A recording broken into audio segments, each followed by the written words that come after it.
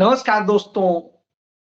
आखिर भारत के नेता प्रतिपक्ष राहुल गांधी को क्यों यह कहना पड़ गया कि यदि आप दलित हैं, पिछड़े हैं, आदिवासी हैं, अल्पसंख्यक हैं, तो इस देश के अंदर आप दोयम दर्जे के नागरिक हैं।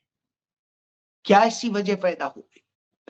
क्या ऐसी वजह पैदा हो गई कि राहुल गांधी को कहना पड़ा कि उनके परदादा हो, गांधी जी हो, अंबेडकर जी हो, चूंकि सच बोलते थे, मोहब्बत करते थे और सबके भलाई का सोचते थे, इसलिए यह देश बन सका, इस देश को संविधान मिल सका, इस देश के लोगों को हक मिल सका। क्यों राहुल गांधी ने यह कहना पड़ा कि यदि अमेरिका के राष्ट्रपति के साथ प्रधानमंत्री नरेंद्र मोदी ने मिलकर के झूठ न बोला होता तो यह बुरी स्थिति ना होती? जी हां, यह एक विषय है। राहुल गांधी पटना में थे, वो बिहार में थे, बेगूसराय गए। बेगूसराय में बेरोजगार युवाओं के साथ में, लाखों युवाओं के साथ में वो पैदल चले और उनकी यात्रा में कि पलायन रोको, रोजगार दो, नौकरी दो की यात्रा में शामिल हुए और उनका हौसला बढ़ाया।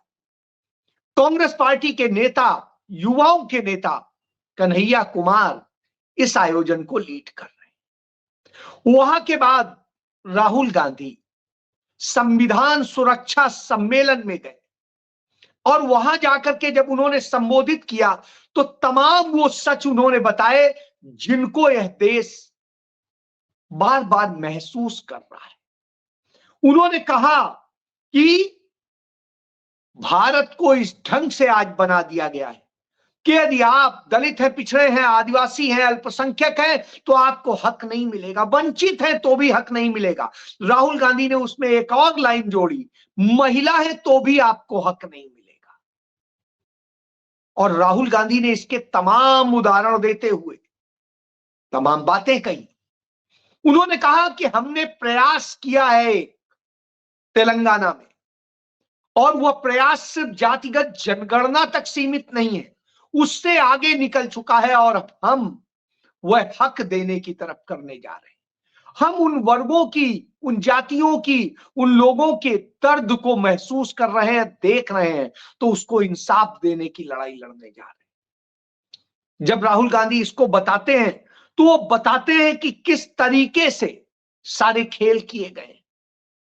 वो सदाकत आश्रम में पटना में गए और वहां कांग्रेस के जिलाध्यक्षों को उन्होंने संबोधित किया और उनसे कहा कि यही बिहार है जहां एक समय में तमाम जातियों के, वर्गों के लोग पदों पर जमे हुए थे। हमने बदलाव करने की कोशिश की है। अब 2/3 अध्यक्ष और नेतागण वो है जो दलितों, पिछड़ों, आदिवासियों, अल्पसंख्यकों से आते हैं। हमने हक देने की कोशिश की है, अब आगे आपको करना है। राहुल गांधी जब इसके बाद सारी बातों को बताते हैं तो उसका लब्बो-लुआब एक निकलता है कि अब लड़ना पड़ेगा। किसके लिए? अपने हक के लिए। और यह लड़ाई कोई और नहीं लड़ेगा, यह इस देश की जनता लड़ेगी और जनता के साथ मिलकर हम लड़ेंगे। निश्चित रूप से राहुल गांधी ने सही कहा। मैं एक उदाहरण से इस बात को शुरू करता हूं। जो वीरता हमारे देश में बड़े बड़े नहीं दिखा पाते हैं, बड़े बड़े दुनिया के पुरुष आज अपने आप को जो कहते हैं, वो वानिया अग्रवाल, भारत की वह बेटी जो करोड़ों रुपए के पैकेज पर सॉफ्टवेयर में, माइक्रोसॉफ्ट में काम कर रही थी अमेरिका में, और अमेरिका में माइक्रोसॉफ्ट के मालिक हो और चाहे उसके सीईओ हो, यानी सत्या नेडेला हो, बिल गेट्स हो या स्टीव बलमर हो, और ये सब लोग बैठे थे। उस समय वो लड़की निकल के आई, वो वानिया अग्रवाल, दहाड़ते हुए बोली कि आप सब पाखंडी हो, दोगले हो, आप यहां बड़ी बड़ी बातें कर रहे हो और वहां जेनोसाइड हो रहा है, गाजा में 50,000 नागरिक निर्दोष मार दिए गए हैं, और उसमें आप सहयोग कर रहे हो। ऐसी नौकरी पर मैं थूकती हूं। और उसने अपना इस्तीफा फेंक करके नौकरी छोड़ दी। सोचिए आप कितनी बड़ी, वो तो हिंदू है, उसका वहां से क्या कंसर्न है, उसको किस बात का डर है, या किस बात का उसे दर्द है। वो मानव है, उसके अंदर अभी जीवित है वह मानवता, इसलिए वो एक कह पा रही थी। और इसी तरीके से अमेरिका के 50 शहरों में बड़ा भयंकर प्रोटेस्ट हुआ है डोनाल्ड ट्रंप और इलोन मस्क के खिलाफ। क्यों हुआ है? पूरा देश दहल उठा है। और आज जब मंडे को ब्लैक मंडे हो गया पूरे एशियाई मार्केट में, रात को जब अमेरिका और सबके मार्केट भी खुलेंगे तो आप देख लेंगे कि आज यह स्थिति थी कि जिस तरीके से सारी पूरी मार्केट डाउन हो गई, एकदम से सारे शेयर सबके गिर गए। भारत के अंदर 2,500 पॉइंट सेंसेक्स गिर गया, निफ्टी भी गिर गया 3.5 पॉइंट से अधिक, 4 पॉइंट कह सकते हैं। और भारत का करीब करीब 18 लाख करोड़ रुपया डूब गया एक झटके। 18 लाख करोड़ थोड़ा बहुत नहीं होता। भारत के इतिहास में बहुत बड़ी गिरावट। सब प्रधानमंत्री क्या कर रहे हैं? मौज कर रहे हैं। उन्हें कोई फर्क नहीं पड़ रहा है कि देश की अर्थव्यवस्था कैसे डूब रही है, क्या हो रहा है। वो तो अपने प्रचार में लगे हैं। आज का बिजनेस स्टैंडर्ड आप देख लीजिए। बिजनेस स्टैंडर्ड में साफ साफ देश के तमाम सीईओ ने कहा है, छपा है, कि प्रधानमंत्री पर्सनल इसमें इंटरेस्ट लेकर के वार्ता करें, टैरिफ वार में न फंसे। लेकिन हमारा प्रधानमंत्री क्या है? सिर झुकाए खड़ा है, हुजूर कुछ भी हमारे साथ कर लो, हमने तो पैंट उतार दिया है। अब आप सोचिए, जब यह दशा हो हमारे प्रधानमंत्री की, आप किस चीज की कल्पना करेंगे? और वो भारत से लगातार झूठ बोलता है। उधर वो जाता है जब थाईलैंड में, तो मीटिंग के दौरान वो बांग्लादेश के कार्यवाह से मिलता है। तमाम बातें प्रेस में छपवाई जाती हैं, बताई जाती हैं प्रेस रिलीज जारी करके। लेकिन वही बांग्लादेश जैसे ही अपने घर पहुंचता है, उनका कार्यवाह वैसे ही वो एक आदेश करता है कि कोलकाता से सटा हुआ जो उनका बंदरगाह है वो चीन को दे रहे हैं। वो भारत की सुरक्षा का बहुत बड़ा केंद्र। तो क्या नरेंद्र मोदी यह बात करके आए थे कि चीन को दे दो? चीन हमें चारों तरफ से घेर के बैठ गया है। चाहे ऊपर कश्मीर की चोटियां हो, चाहे हिमाचल की चोटियां हो, चाहे उत्तराखंड की चोटियां हो, या नेपाल के आगे का इलाका हो इधर से, और उसके बाद में नॉर्थ ईस्ट का पूरा इलाका हो, और अब नीचे भी आ गया वो बंगाल तक। उधर वो श्रीलंका के भी साथ कर चुका है। कल्पना करिए भारत को आप कहां ले आए। इधर पाकिस्तान बैठा हुआ है। चारों तरफ से देश को तोड़ने की साजिश की जा रही है। उस पर ध्यान देने की बजाय इनमें हम अटके हुए हैं। देश का विपक्ष, नेता प्रतिपक्ष एक एक तथ्य बताते रहे, आगाह किया उन्होंने संसद में। सबसे बड़ी चिंता चीन को लेकर के, कि कैसे चीन ने हमारी 4,000 किलोमीटर यानी 44,000 वर्ग किलोमीटर जमीन कब्जा कर ली है, और प्रधानमंत्री हमारा खामोश बैठा है, चुप्पी साधे, डरे हुए। चीन का चा नहीं बोल पा रहा है, अमेरिका का आ नहीं बोल पा रहा है, ट्रंप का टा नहीं बोल पा रहा है। इस तरह की स्थिति हो तो आप सोचिए। और टैरिफ पर टैरिफ लगता जा रहा है। उस टैरिफ का नतीजा है भारत के तमाम उद्योगों में, रिपोर्ट आ गई है, तमाम उद्योगों में 7% से लेकर के 20% तक का बड़ा झटका लगने वाला है। इतना बड़ा झटका लगने का मतलब है भारत का सारा व्यापार, प्रोडक्शन जितना थोड़ा बहुत है वो भी नष्ट हो जाएगा। और इस कारण से चाहे आयरन हो, चाहे सोना हो, चाहे अदर्स वो हो, सब गिर गए। सोना का भी बाजार गिर गया। नहीं तो पहली बार क्या होता था, जब शेयर मार्केट गिरता था तो सोना उठता था, चांदी उठती थी।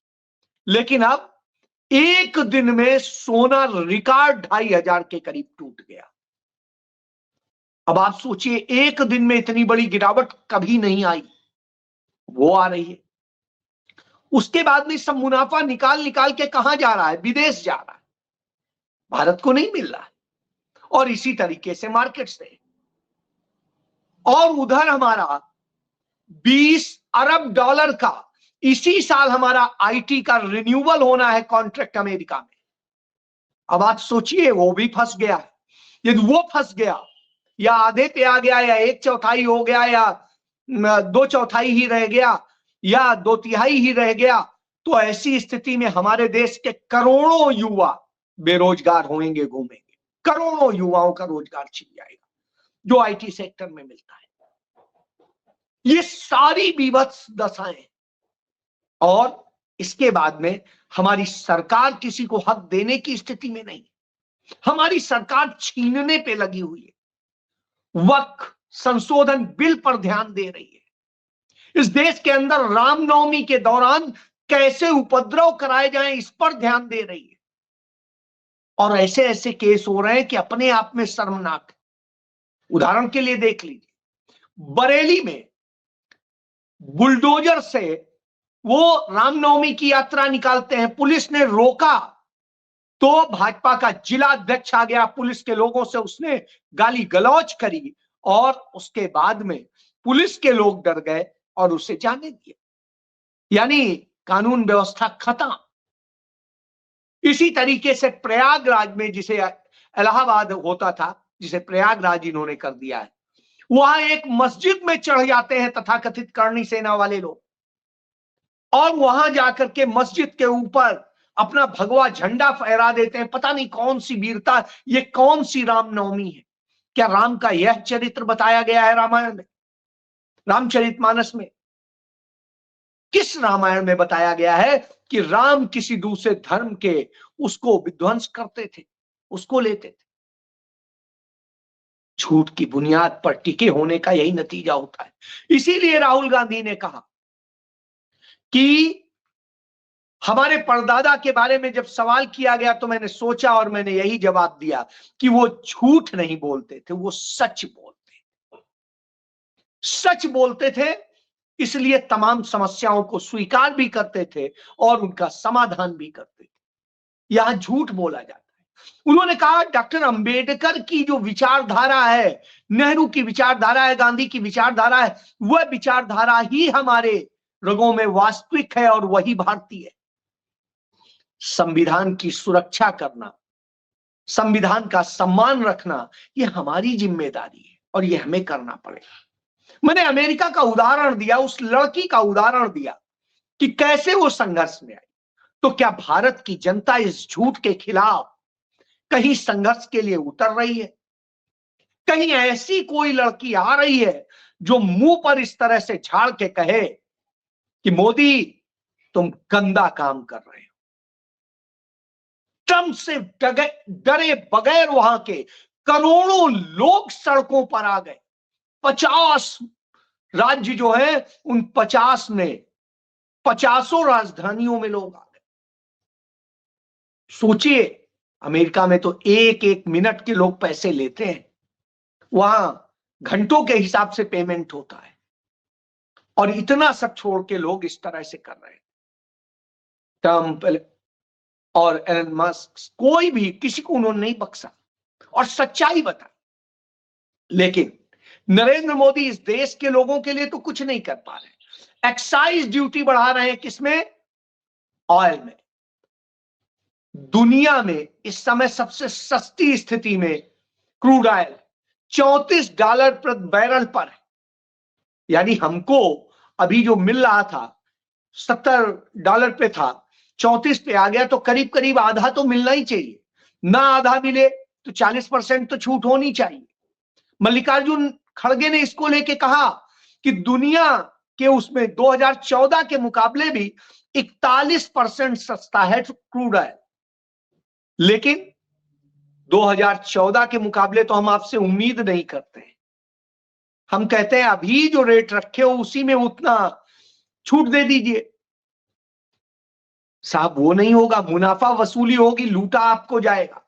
कमाई के समय में आपका बढ़ाया जा सकता है, तो उन्होंने 2 रुपया डीजल पेट्रोल पे एक्साइज ड्यूटी और बढ़ा दी, यानी अब आपको पेट्रोल डीजल 2 रुपए और महंगा मिलेगा, सस्ता नहीं मिलेगा। तो लूट का यह तरीका चल पड़ा है। जब लूट हो रही है, तमाम तरह से धार्मिक विद्वेष हो रहे हो, वक्फ बोर्ड के नाम पे जैसा मैंने बताया किस तरह से वो हुआ, जम्मू कश्मीर की विधानसभा में इसको लेके बवाल खड़ा हो गया। पीडीपी हो, कांग्रेस हो, एनसी के कुछ सदस्य हो, और ये सब विधानसभा अध्यक्ष से स्थगन प्रस्ताव की बात करने लगे और कहने लगे रोक करके इस पर चर्चा कराइए। उन्होंने चर्चा कराने से मना किया। तो उन्होंने उदाहरण दिया कि तमिलनाडु की विधानसभा में इस पर चर्चा हुई है, आप क्यों नहीं कराएंगे? और बवाल हो रहा था, भाजपा के तमाम लोगों के हिसाब से चल रहा था। निश्चित रूप से चर्चा तो होनी चाहिए, हर सदन में होनी चाहिए। क्या सही है क्या गलत है, इस चर्चा से कैसे रोका जा सकता है? तो अब चर्चा से भी डरते हैं। आप समझ लीजिए, यह भारत बना दिया है, यह भारत बना दिया है कि आप रोते रहिए, आपके पास कुछ है नहीं।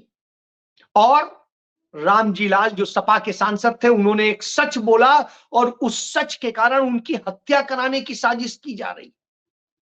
सपा के अध्यक्ष अखिलेश यादव को इसको लेकर के बोलना पड़ा कि यदि उनके साथ कुछ होता है तो इसके लिए योगी आदित्यनाथ जिम्मेदार होंगे। लेकिन क्या इससे आज हो जाएगा? नहीं होने वाला है, क्योंकि हालत जिस तरह से बिगड़ी हुई है जो है उसको नहीं कहा जा सकता। यहां तक कि इतना मजबूर हो गया सुप्रीम कोर्ट की, सुप्रीम कोर्ट को कहना पड़ा कि यूपी में कानून के शासन का ब्रेक डाउन हो गया है। सोचिए, यूपी में कानून के शासन का ब्रेक डाउन हो गया है, दिखाई दे रहा है, स्पष्ट दिखाई दे रहा है। तो नफरत फैलाने, कभी आदिवासियों को मारा जाएगा, कभी पिछड़ों को मारा जाएगा, कभी दलितों को मारा जाएगा, कभी मुसलमानों पे तो नियमित तौर पे हमले हो रहे हैं, बुलडोजर चलेगा ही और इस तरह के काम होंगे, पुलिस वाले मारे जाएंगे। तो कौन सा शासन, कौन सी व्यवस्था? इसीलिए राहुल गांधी कहते हैं कि दलित, पिछड़े, आदिवासी, अल्पसंख्यक, इनको दोयम दर्जे का बना दिया गया है, महिलाओं को दोयम दर्जे का बना दिया गया है। उनके हक कागजों में गए, बाकी छीन लिए गए। यही भाजपा के डबल इंजन का राम राज्य। तो समझ लीजिए क्या है। जय